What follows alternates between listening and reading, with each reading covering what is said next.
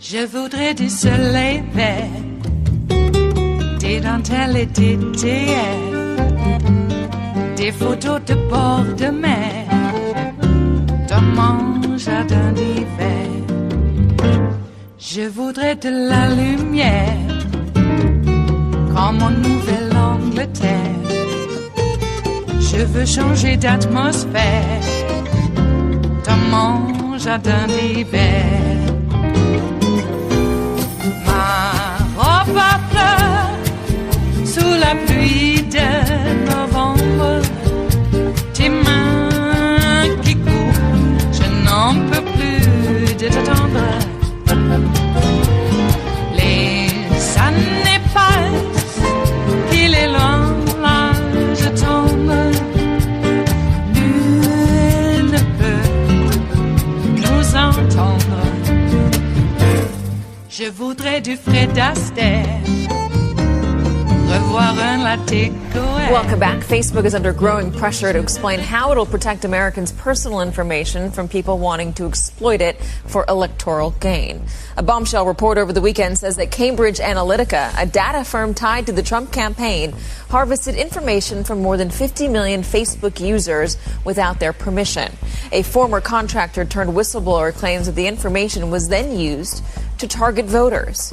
Facebook says that a Cambridge University researcher, Alexander Kogan, made an app where users voluntarily gave their personal information and then broke the rules by handing those details over to a data firm, Cambridge Analytica. The social network has since suspended Cambridge Analytica, which denies wrongdoing. The revelation is triggering calls on Capitol Hill for Facebook to make it clear how it'll prevent future abuse of Americans' personal information. One of those lawmakers demanding an investigation joins us now. Senator Richard Blumenthal of Connecticut is a member of the Senate Judiciary Committee. Thanks for taking your time to talk to us today, Senator. We appreciate it. Let's talk about Cambridge Analytica and why you think there should be an investigation. Are you worried that some of that information may have been used inappropriately during the 2016 election? Clearly, it was used inappropriately. The only question is who should be held accountable. The FTC has a consent decree involving Facebook that may have been violated, and clearly American privacy was violated. Some major part of those 50 million individuals whose privacy was violated by Facebook and Cambridge Analytica have a claim here, and the Judiciary Committee ought to have Mark Zuckerberg and other executives from Facebook and companies in this space testify under oath in public to explain what happened here and who should be held accountable and what new laws may be necessary to protect American consumers in the future. Senators Klobuchar and Kennedy agree with you. They want to have hearings. Have you gotten anywhere with Senator Grassley? Not yet, but I'm going to be seeing him shortly on the floor of the United States Senate. We have a vote underway, and I think that this issue ought to be bipartisan. There is nothing political in the sense of party about violations of privacy. And the violation here of American privacy is so profound and widespread. Going back to 2015, when Facebook knew about it, apparently did nothing, even now has failed to notify those 50 million people about their information being at risk. Cambridge Analytica, in a very predatory way, used it to target voters for the Trump campaign. It has links to the Russian state. The question also is whether there was some kind of cooperation there. So I think there are a number of different strands and swirling facts here that require more investigation. It isn't just the people who said yes to filling out this survey. It's all of their friends as well who they were linked to, who ended up giving over their information inadvertently. 270,000 people voluntarily provided that information, but it led to 50 million Facebook users having their information harvested. What policies do you think think Facebook needs to enact in order to make it a more secure environment for users? Are you saying that people should start logging off that website or freezing their accounts before they know? There are a number of questions like that one exactly, whether people should be taking action to protect themselves, which is hard to do if they haven't been notified that their information is out there at risk, a failing on the part of Facebook. But more fundamentally, how do we make sure that the terms of service that Facebook is now saying justified what they did, that the other protections that may exist are strengthened? There was clearly a lack of verification and transparency and oversight here in the way that Facebook handled this massive breach. It relied on the promise that this information would be somehow deleted. Obviously, that promise was never kept. But Facebook ultimately bears a responsibility here. And we, as members of Congress, have a obligation to make sure that privacy is protected. Facebook shares fell precipitously today, 6.8%, their biggest one-day percentage decline since 2014. What do you think Mark Zuckerberg needs to do to get out in front of this? He needs to come before Congress. He needs to be very public, open, transparent about how they failed. And clearly there was a failure here, and how they're going to do better. It's that simple, but also complex, because the challenges of protecting privacy are complex and difficult. And that's why there needs to be an open public explanation before the Judiciary Committee involving Mark Zuckerberg and other executives, including Alexander Nix of Cambridge Analytica, a full investigation that will lead to better laws and protections of privacy. This issue is so fundamental, and Americans need to understand how their privacy, the most sensitive information about their finances, their medical condition, their preferences as to different kinds of culture and food and all the rest of it, are at risk today in America. Senator Richard Blumenthal. Senator, thank you very much for joining us. It is Tuesday, the 20th of March of 2018, and you are in West Coast Cookbook and Speakeasy. I am your chef de cuisine, Justice Putnam. Our daily special is Tarrytown Chowder Tuesdays on this fine vernal equinox. Yes, the official day of spring. Spring has sprung, folks. Winter is over. Well, at least on the calendar. Some people are bracing for snow. I know we are expecting to have a wintry mix by Thursday. Well, another school shooting. This is breaking news. I'm not able to follow it here in real time, unfortunately. I can take a glance. Once the show starts, I pretty much have to keep with the stories I've already chosen. It's hard to change them in midstream, especially since I'm the one writing the copy.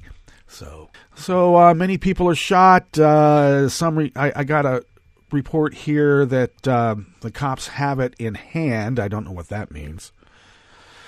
So, obviously, this school shooting, it'll be too early to talk about the remedies that will be needed. Of course, we can talk about prayers. Oh, yeah, there'll be plenty of prayers. Lots of thoughts. But don't you dare talk about taking guns out of the hands of people. We can talk about changing the attitudes of people. And usually when they say the attitudes of people, I don't know what that means either. Sad testimony on the state of affairs. You know, I'll just bring it up one more time.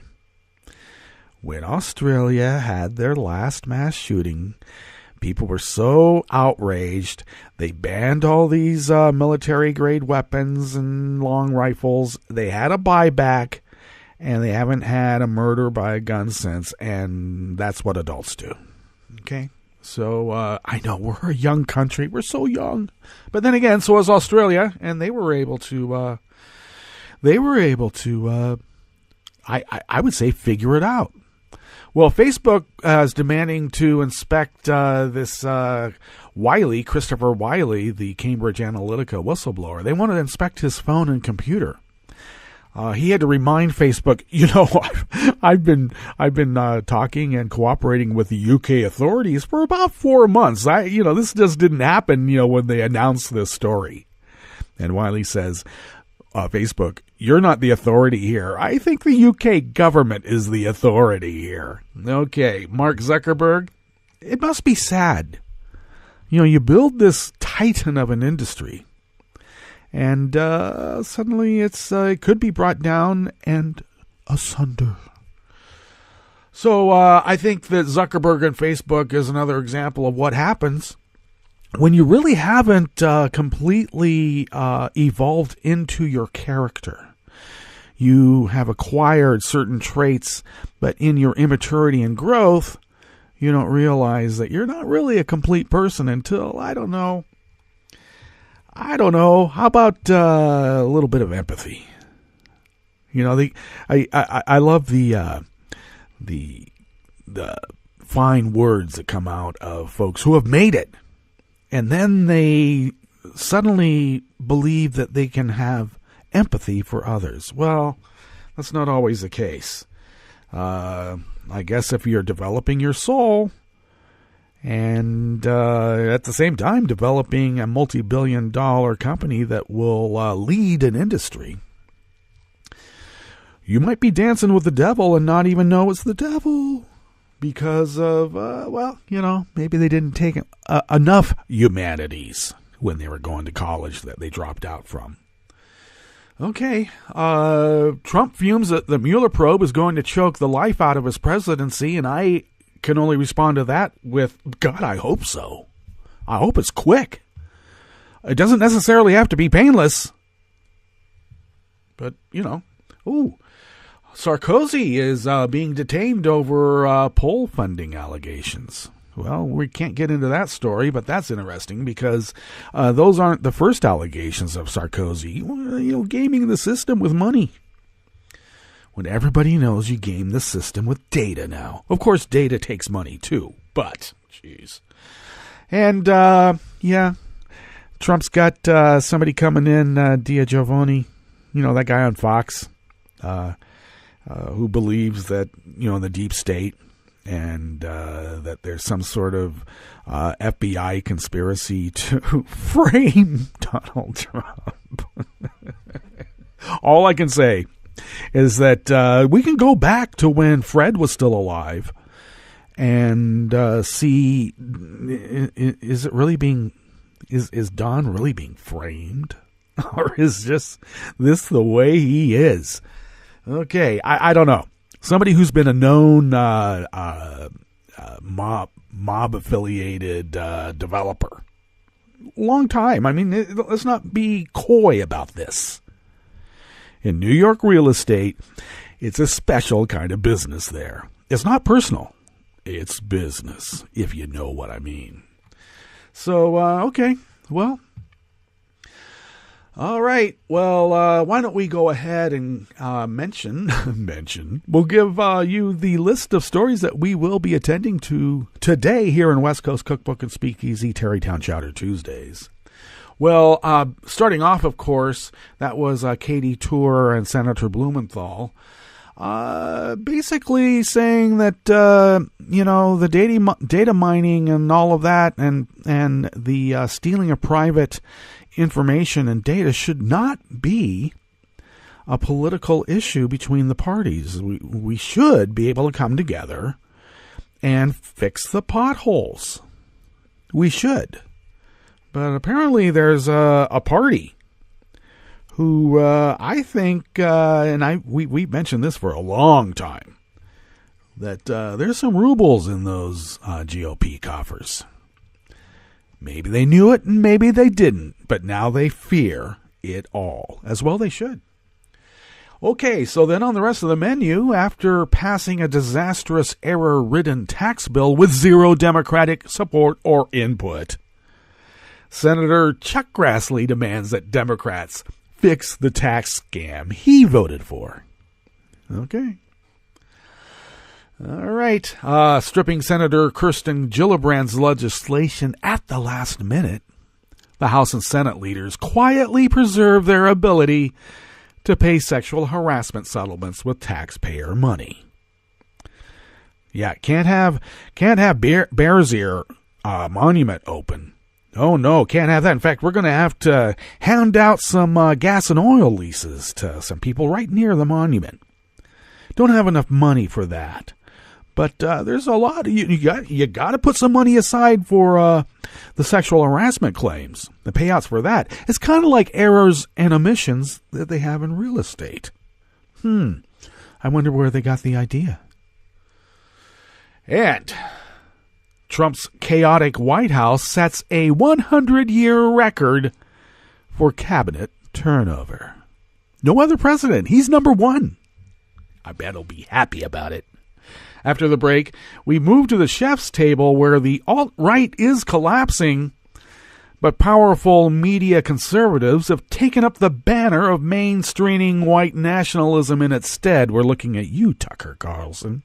I might add that actually mainstream conservative media didn't just begin carrying the banner for this. They've been involved for quite a while. And a Christian news site editor says Stephen Hawking was kept alive by Satan for so long so as to oppose all the good works funded by Billy Graham's tent revival scam. All that and more on West Coast Cookbook and Speakeasy. Bon appetit.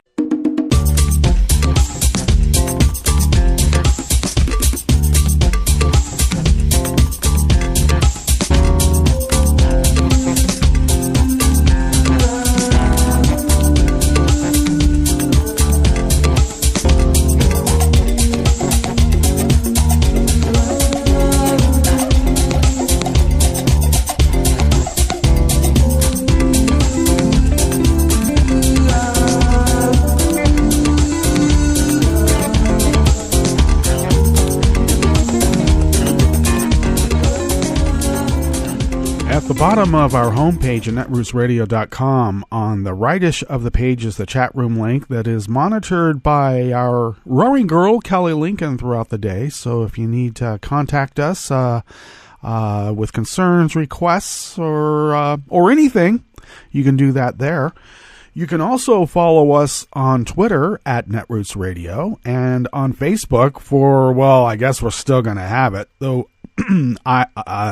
There are some instructions how to disable the third-party apps. So we're in the process of doing that for Netroots Radio and our own personal Facebook pages, and you should too. If not outright, get rid of Facebook. But I think that's only part of the problem, because it's not just Facebook, as Blumenthal and Katie Tour made clear at the top. And so you could, if you still wanted to be on Facebook and you got rid of those third-party apps that are following you around and sucking in all your friends, you can go there, and we're there at Netroots Radio, of course. And you can follow me on Twitter at Justice Putnam. I also publish a diary on Daily Co's every day for the show notes and links for each of our shows. And I am on Daily Co's as Justice Putnam. If you would like to get podcasts for West Coast Cookbook and Speakeasy, they are on Spreaker initially and then emanate out to the world from there. I put in my request for the show to be put on iTunes, and I have not heard back from the Apple review, so hopefully they'll let me know soon. And but otherwise, you can find podcasts of West Coast Cookbook and Speakeasy most everywhere. And music on West Coast Cookbook and Speakeasy is provided by the fantastic, lovely, and my dear friend, Frances Livings. And I'm so happy that we get to, expose her to the greater world. And which she has been, but, she plays in Southern California all over. And if you happen to be down in the Southland, do check out her shows. And there are links as well on my Daily Co's diary where you can check out her work, and hopefully you'll purchase some of it. All right. Okay, so let's get in on this first story here with Grassley. I don't know about Grassley. Sometimes I think like he's just a doddering old guy. And you kind of, okay, we'll ease you through these things. But I don't know. Is he just willfully stupid? Is this all just an act? I don't know. Well, this article is out of Share Blue Media by Matthew Chapman. Republicans were so desperate to ram through their tax bill scam for corporations and billionaires that the final law is riddled with disastrous drafting errors that hurt farmers and small businesses. Oops. On the other hand, maybe that was a feature, not a bug. We do keep hearing that promise that constituency something during the campaign and then stick it to them after the election. Republicans do that every time. All right, but senators like Chuck Grassley, Republican of Iowa, believe it is now Democrats' responsibility to provide the votes to fix the bill with no strings attached. All right. They think we're under the Stockholm Syndrome, and I got to tell you, there are a lot of Democrats that are. Maybe they'll be voted out. Well, you can only hope. Surely Democrats have to understand that when you make a mistake like that, it ought to be fixed without bargaining with them on something else, Grassley said. The chutzpah of Grassley to demand Democrats shoulder the responsibility for fixing a bill they didn't want is especially galling in light of the Republicans' abject refusal to fix any drafting issue with Obamacare. Let's remember they even tried to get the Supreme Court to abolish the law because of a typo. Remember that. But more importantly, some Republicans have already admitted that their own rush job got the country into this mess, with Representative Kevin Brady, chair of the Ways and Means Committee and a key architect of the bill, listing out errors his caucus made that needed to be fixed. The fact is, none of this would have happened if Republicans like Grassley had included Democrats in the process rather than shut them out and let lobbyists craft the details in the hours before the major votes came in. But Grassley was nakedly obsessed with passing tax cuts for the rich, and he knew that the longer the bill was debated, the harder it would be to counteract overwhelming public opposition. You're going to take this tax cut and you're going to like it. But it's not a tax cut for me. Yeah, too bad. He made it clear who he was working for when he said relief needed to go to wealthy heirs and heiresses because, well, working people just spend their money on booze or women or movies. I can imagine what Chuck Grassley has been watching. And I got to tell you, if you think people have been spending their money on booze, women, or movies, I would say, well, that guy ought to know from personal experience. As the public knows, who carries the blame? The GOP had to pull ads touting the tax bill from the Pennsylvania special election after realizing the voters were not impressed. Republicans own the failure of their scam, and Democrats have every right to demand the GOP help middle-class families instead of their wealthy donors.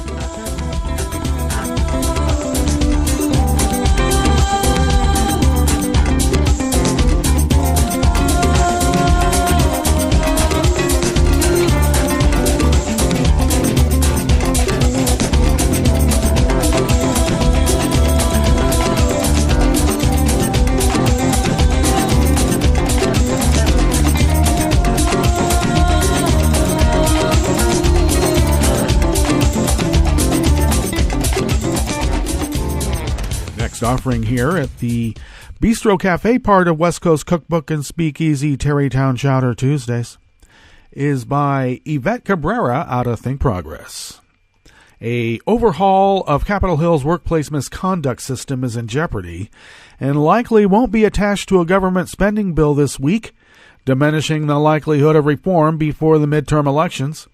Senator Kirsten Gillibrand, Democrat of New York, of course, who introduced the bipartisan Congressional Harassment Reform Act last December, said yesterday that House and Senate leaders stripped provisions from the language from the spending bill at the 11th hour.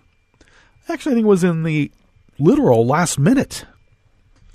I'm appalled that House and Senate leadership removed provisions from the ominous bill at the last minute that would have finally brought accountability and transparency to Congress's sexual harassment reporting process. And that was in a statement by Gillibrand. Now, among some of its provisions, the act requires that members of Congress personally pay for sexual harassment settlements when they are found liable. Currently, lawmakers can tap taxpayer funds to settle with victims.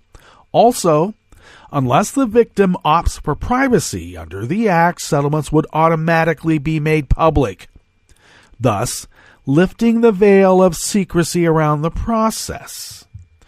Now, Gillibrand noted that those provisions passed unanimously in the House, and the act has broad support in the Senate. So she said it begs the question, who are they trying to protect? I can't think of any legitimate reason to remove this language other than to protect members of Congress over taxpayers and congressional employees. And Gillibrand called on Senate leadership to bring the legislation to the floor for an immediate vote. Well, Congress is facing a Friday night midnight deadline to approve its spending bill. And yesterday, political cited sources reported that the harassment measure was unlikely to get attached to the spending bill, a shift that jeopardizes the chances that the bill would move forward and onto Trump's desk for signature. Of course, Mitch McConnell said, hey, the provisions of that act were not on track to be included in the spending bill. He said it's still being developed, and, it may not, Gillibrand's provisions may or may not be in there. And that usually means they won't. So don't worry. Don't worry. Now, one of the provisions under the rules currently that Gillibrand has called antiquated, for example, accusers must first agree to counseling and mediation before they file a lawsuit. Okay. Well, we know a few Congress critters who have tapped taxpayer funds, and I believe there's many, many, many, many more. And the leadership of the House and the Senate know that.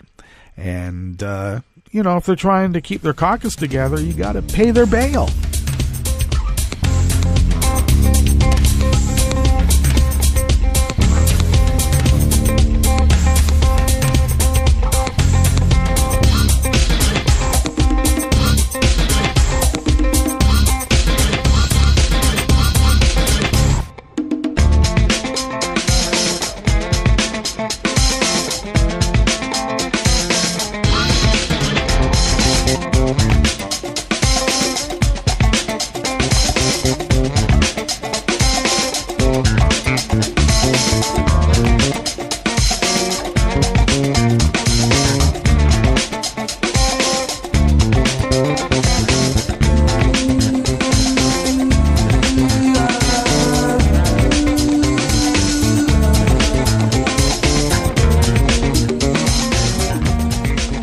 Okay, finishing up here in the Bistro Cafe, part of West Coast Cookbook and Speakeasy, is an article by Eric Bullard out of Share Blue Media. Well, it seems that for Trump, these cabinets are made to be broken. By actively shredding any attempt to establish stability, Trump is making chaos history. He likes chaos. No elected first-term president in the past 100 years has had this much cabinet turnover this early in his presidency. And going back to Ronald Reagan, the churn in top-level staff in the Trump White House is off the charts. Now, for analysis, the first 2 years of cabinet departures for presidents going back to Woodrow Wilson was looked at. Typically, the first 2 years of a presidency, the cabinet focuses on trying to implement a new agenda. Then, after the midterm results, some cabinet members get jettisoned as part of the inevitable White House shakeups. Trump, however, is the first president in the modern era to randomly dismantle his cabinet before the first midterm results are in, and he sometimes does so for no reason. Just last week, Trump offered up no coherent explanation for why he took the radical and virtually unprecedented step of firing a Secretary of State.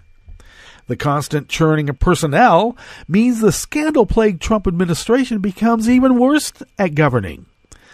So to date, 43% of Trump's top advisors have left their positions.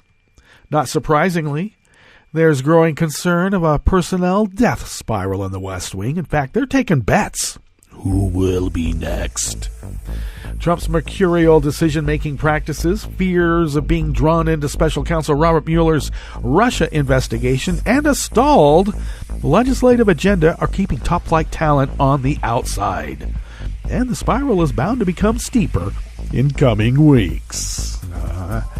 Well, if we can't send him to jail, at least we can vote him out. Let's get now to our break, and we'll come back and set up everything at the chef's table and finish up with what we have curated for you there. You are listening to West Coast Cookbook and Speakeasy, and we will be right back. You are listening to netrootsradio.com. Please hang up and try again.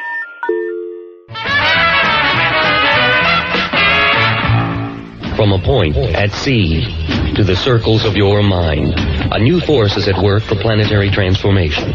New radio for a new Earth.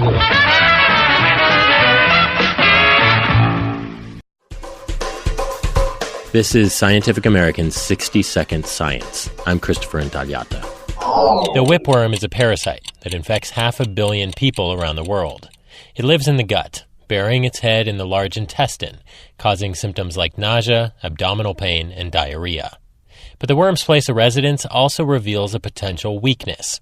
The parasite needs to steal some of our own gut bacteria to thrive. It takes them from the host and then bends it seems, to generate a population which suits itself. Richard Grensis is an immunoparasitologist at the University of Manchester in the UK. So if they have bacteria, then they survive. If they don't have bacteria, they didn't survive. Grensis and his team studied that phenomenon in mice, because yes, there's a type of whipworm adapted to them too. And they found that when whipworms hatch, they acquire a fresh microbiome, derived from the host's own microbiome, but with different proportions of species. Without that host contribution, the worms die. But the worms also induce changes in the host's microbiome, tweaking it so the gut is no longer hospitable to hatching. Now you'd have to ask, well, that seems a little bit paradoxical, because maybe the parasite wants to have more of it establishing rather than less. But here's the catch. Go on a hatching spree and the host's immune system's going to take notice and kick all the worms out. If the eggs don't hatch as effectively because the parasite's altered the gut, you don't get as many new worms coming in, so you delay the process of host immunity being acquired and then expelling the parasite. So it's a strategy that might have evolved to help perpetuate the life of the parasite so it could stay there a bit longer. You can find the results in the journal Science Advances. Grensis says the findings might someday lead to a way to selectively target the worms, so that whipworms no longer mooch off us or our microbes. Thanks for listening. For Scientific American's 60-Second Science, I'm Christopher Intagliata. This is 60 Second Civics from the Center for Civic Education. I'm Mark Gage. James Madison, Alexander Hamilton, and John Jay defended the Constitution against the attacks of the Anti-Federalists in a series of essays known as The Federalist. Madison wrote 24 of his 29 Federalist essays in 7 weeks, at the remarkable pace of 3 essays a week. Many of these essays rank among the best political thought ever produced. His Federalist writings allowed Madison to expand upon his vision of Republican government and on his belief that the proposed Constitution would accommodate both the ideals and the political realities of the young republic. Madison and other writers of the Federalist essays presented the Constitution as a well-organized, agreed-on plan for national government. They did not stress the conflicts and compromises that had taken place during its development. Instead, they argued that the Constitution reflected a new science of politics that made the anti-federalist critique obsolete. That's all for today's podcast. 60 Second Civics, where civic education only takes a minute.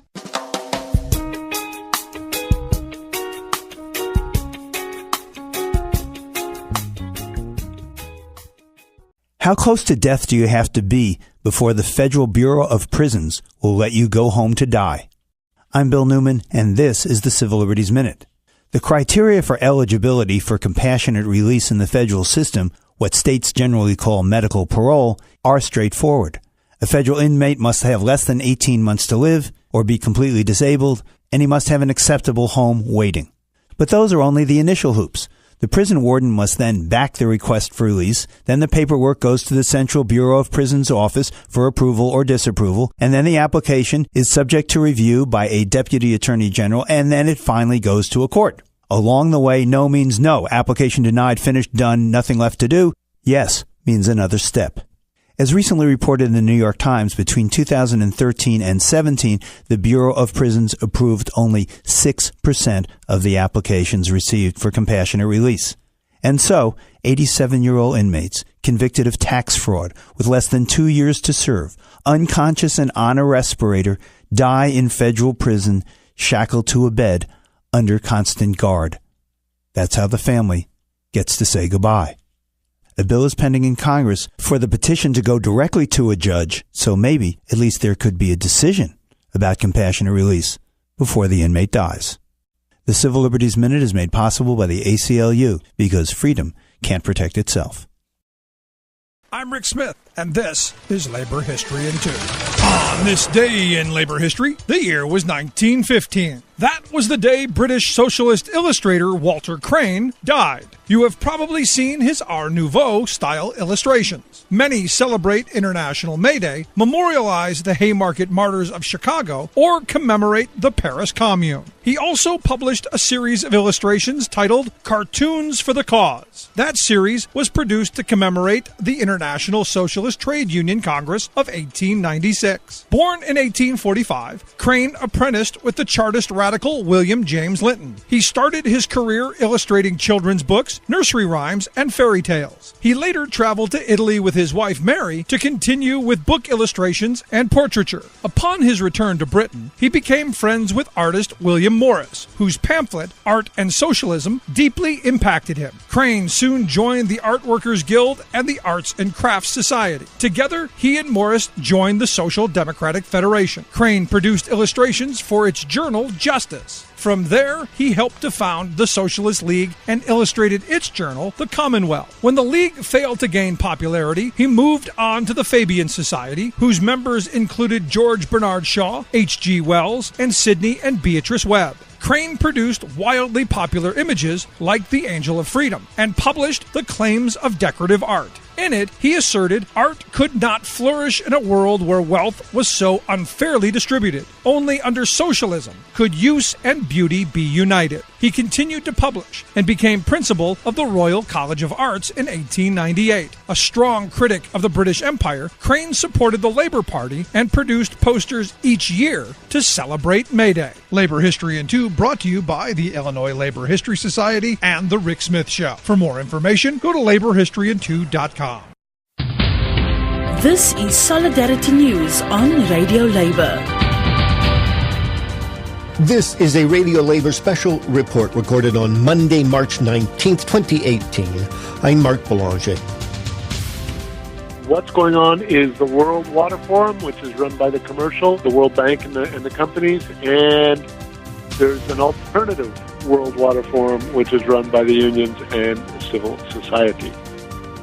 That is David Boys, the Deputy General Secretary of Public Services International. The PSI is the global union which represents public sector unions at the world level. It represents some 20 million workers in 150 countries. I talked to Mr. Boys as unions and other organizations were preparing for the World Water Forum in Brazil. The forum is being held just before World Water Day on March 22nd. The issue of access to safe, affordable water is in the headlines at the moment because Cape Town, South Africa is experiencing a water crisis which may see its people lose access to water as early as next year. I asked Mr. Boys about what is happening in Brazil this week. Okay, so there's two events in Brazil, Mark. They're both in Brasilia, the capital. One is what we call the Commercial World Water Forum, and this is an organization that tries to bring together a whole range of actors interested in water, but the problem is that it's set up by the two French water companies and the World Bank, and they're fundamentally interested in protecting capital's access to water. 15 years ago, they were interested in making sure that there was the political freedom to privatize water systems, water supply and wastewater treatment. But now it's got even deeper as a whole range of companies understand that water is essential to their profits. So the Commercial World Water Forum is mainly designed to create the political environment in which capital can control water. To the extent, for example, where Nestle and Coca-Cola are apparently going to Brazil with a plan to privatize one of the world's biggest aquifers, the Guarani. Now, there's a second meeting going on at the same time, and it's the one where PSI will be spending most of its time, and it's called the Alternative World Water Forum. And there, it's trade unions, it's environmentalists, it's social activists, it's the religious community, a whole range of actors saying we have to act to protect our planet, our water, and our people. So they'll be looking at, and will be looking at, issues of blocking the privateers, bringing back public ownership and management, how to have better public management, but also things like extractive industries. How many mines pollute the watersheds just for profit? How do we deal with a whole range of issues around water, including cultural issues, religious issues? Is access to safe, affordable water becoming more difficult? Well, it's impossible to say that it's more or less. It depends on country. It depends on even city. You see that Cape Town in South Africa is about to declare 0 day when their reservoirs all run dry. So I would say for Cape Town, it's become more difficult. Is that an impact of climate change? Is it an impact of mismanagement? Is it an impact of lack of investment? But for Cape Towners, absolutely more difficult. In some countries, in some cities, it's becoming better because there is investment, there is proper management, there's a lot of work being done to ensure that the poor get access to water. Safe and affordable drinking water has been declared one of the UN Sustainable Development Goals. What are some of the challenges faced in achieving this goal? Let me just say, Mark, that the attainment of that goal is a big victory for a lot of social movements. It's built on the victory in 2010 of having the UN General Assembly declare access to water and sanitation as human rights.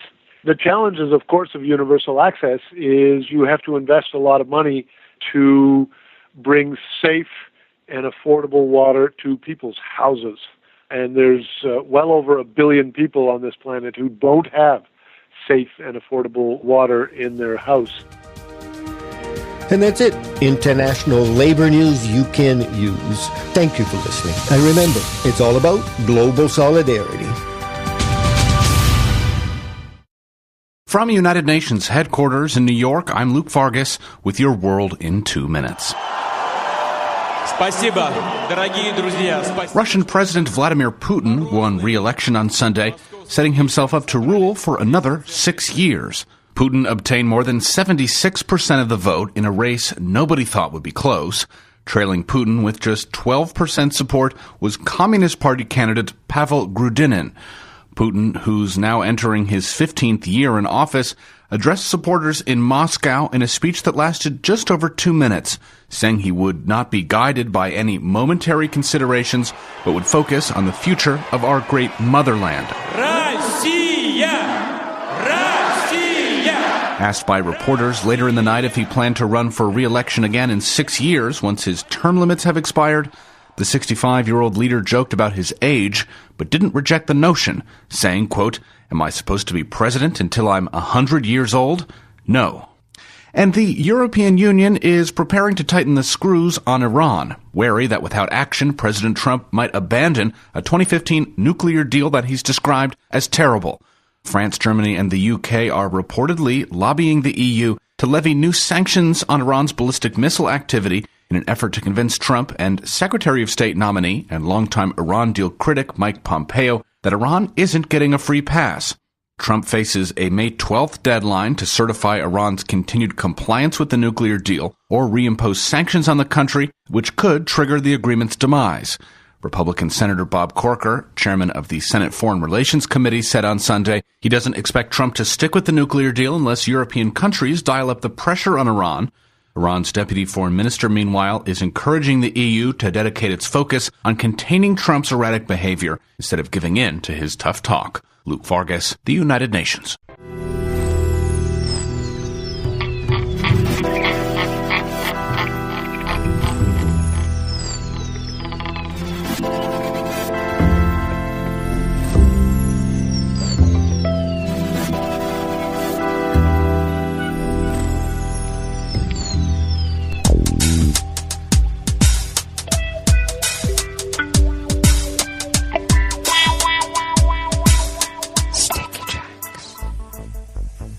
Thank you for accompanying us here to the chef's table at West Coast Cookbook and Speakeasy.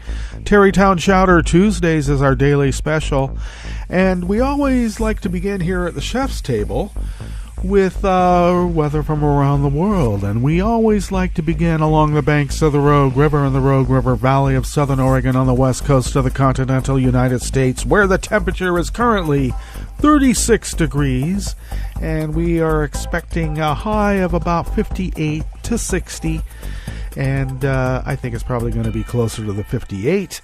Winds are negligible out of the east-northeast at about 2 miles per hour, and relatively clear visibility at 10 miles, though the weather will be picking up a bit towards the late part of the day, and we will have rain, and with a low tonight of 44 degrees, though I think it's going to dip into the 30s again, the upper 30s, because that's where I'm at.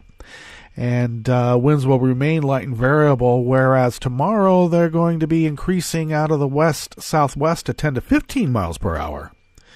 And then we'll have even more rain. And when we call it rain, that would be showers for everybody else. Okay? So pressure is falling at 29.99 inches. Humidity is at 83%. I mentioned visibility is at 10 miles. That's still true. Still no data on air quality. Well, we like to have that gradient. Come on, Weather Underground. Okay, so weather from around the world is brought to you by people's personal weather stations that they purchase, and these people planted these personal weather stations somewhere on their property, and these people live around the world. Okay. I do that because of the peas. Yes, world peas. London is 46 and mostly cloudy. Paris is 45 and mostly cloudy. Rome is 48 with a rain shower. Kiev is 22 with light snow. Kabul is 53 degrees with showers in the vicinity. Will it keep the drones away? Only the weather can tell. Hong Kong is 59 and clear. Tokyo is 45 and cloudy. Sydney, Australia is 68 with rain showers and wind. And I know, I got to tell you, in Australia, when they say wind, yeah, it'd be a hurricane for everybody else. Just, you know. And San Francisco, California is 54 with rain, and New York is 34 degrees Fahrenheit. And they say fair, but there's a weather advisory for freezing temperatures. And that is weather from around the world, brought to you by people's personal weather stations that they purchased. These people planted these personal weather stations somewhere on their property. And these people live around the world.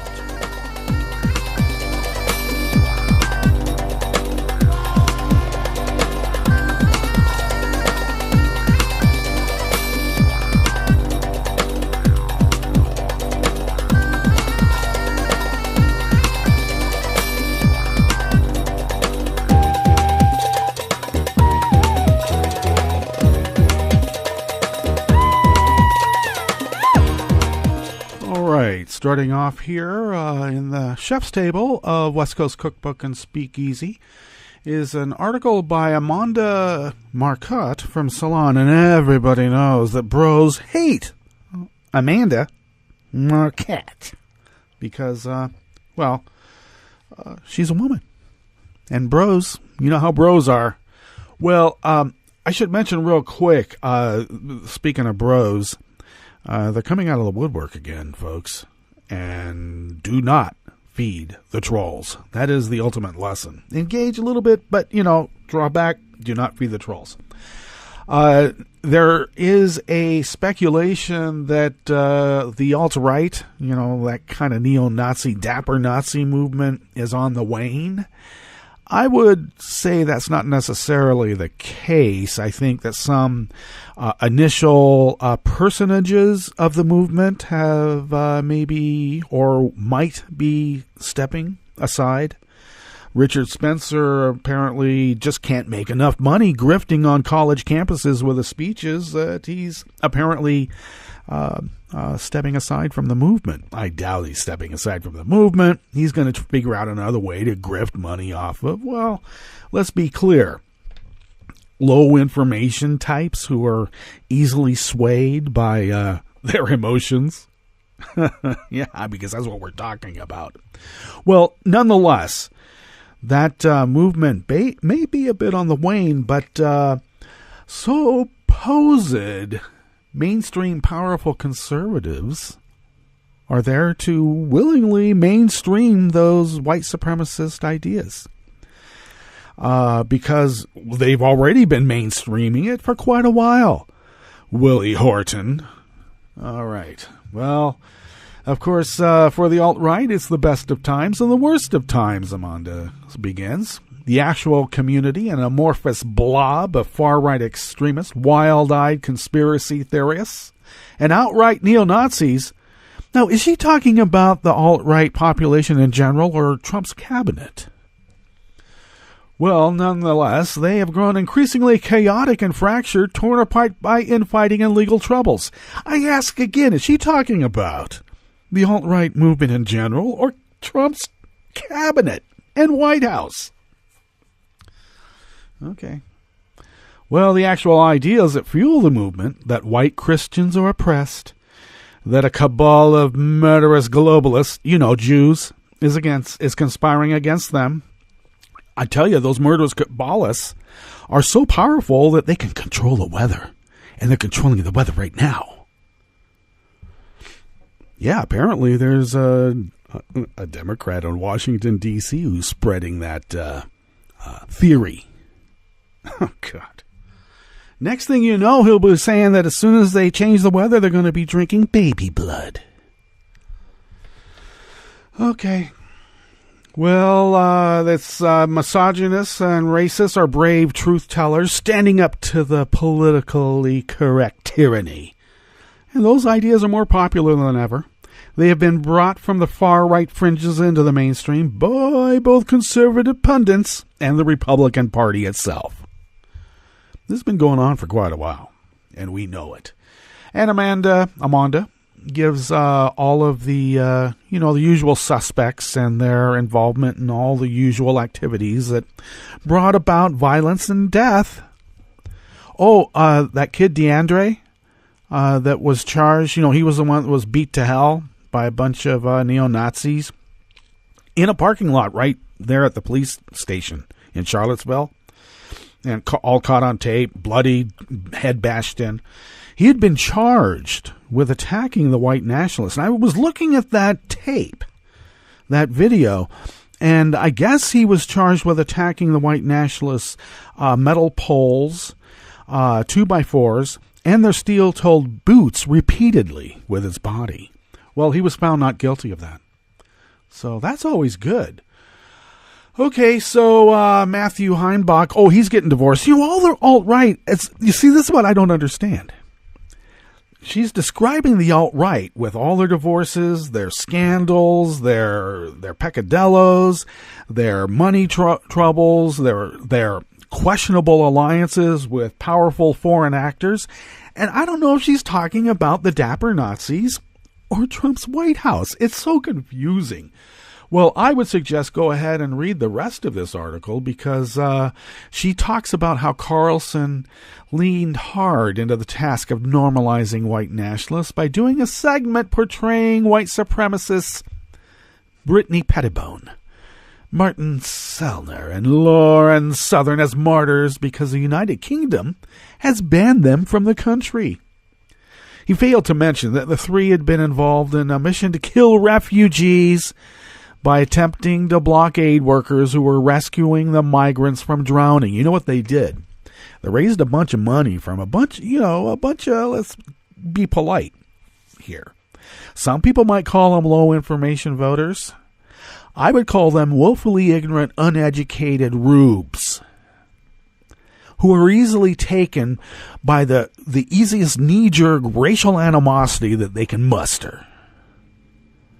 And in this one, they gave money so that this group here could buy watercraft to get between drowning refugees in the Mediterranean and their rescuers.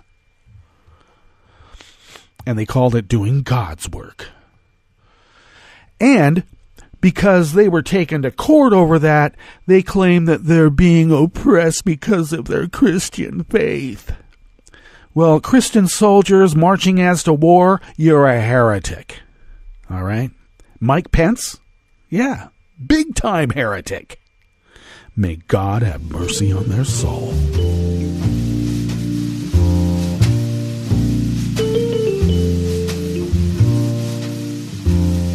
Dansez maintenant sous l'été, les pieds nus dans le sable. Dansez maintenant et jetez vos ennuis dans les vagues qui dansent. You know, speaking of heretical practices, this last article here at the Chef's Table on West Coast Cookbook and Speakeasy Tarrytown Chowder Tuesdays is brought to us by Noor Al-Sabai out of Raw Story. The problem with a free and open society and religious liberty and freedom is that you get to have a bunch of crackpots, or as we like to call in the more, I don't know, let's just make it clear here, the more ordered understanding of the cosmos and man's place in it, is that this guy's a heretic. There's a lot of heretics out there. So this fellow here, his name is Mike Shoesmith, and he is part of the Christian PNN News website, and he maintains that Stephen Hawking was kept alive by satanic forces for so long, even from the beginning of his life, so that he could counter all the good works of Billy Graham, who, let's be clear, was a grifter tent revivalist, profiting off of, let's be clear here once again, the fears and racial animosities of towns that he would set up his tents and bring people in and give them the good word. Okay. Now, he did make a lot of money, and he became, I guess, a power broker of sorts. Some people looked at the Dalai Lama as being maybe, a messenger of God on earth, or at least a very learned individual who had compassion for his fellow man. And then you had Billy Graham. So Stephen Hawking, who apparently comes from a long line of atheists, which just proves to this fellow Shoesmith of the devil's or Satan's evil plan. And he kept him alive because, he should have been dead 50 years ago. Which I suppose if you follow the good heretics' logic, that maybe technology, science, medicine, and all those advancement has been nothing but work of the devil because it's kept the wrong people alive. And he may be right, because he's got a Christian News website. Well, that brings us to the end of our broadcast period for the day. But Netroots Radio broadcasts on, and there is breaking news, and you'll be brought up to date with Tom Hartman and Randy Rhodes and Mike Malloy throughout the day, and maybe some breaking news as we break in. And we'll visit with you tomorrow for Smothered Benedict Wednesdays. Visit with us tomorrow in West Coast Cookbook and Speakeasy. Bon appetit.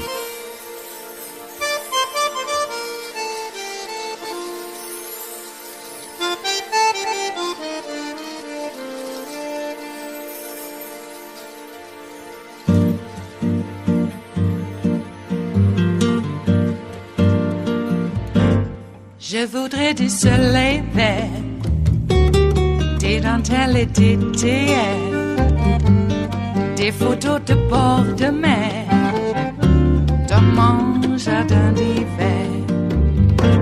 Je voudrais de la lumière, comme en Nouvelle-Angleterre. Je veux changer d'atmosphère, dans mon jardin d'hiver. Ma fleur sous la pluie de novembre, tes mains qui courent, je n'en peux plus de t'attendre. Les années passent, qu'il est loin, là je tombe. Nul ne peut nous entendre. Je voudrais du Fred Astaire, revoir un latte Goël. Je voudrais toujours te plaire dans mon jardin d'hiver. Je veux déjeuner par terre, comme au long de golfe clair, t'embrasser les yeux ouverts dans mon jardin d'hiver.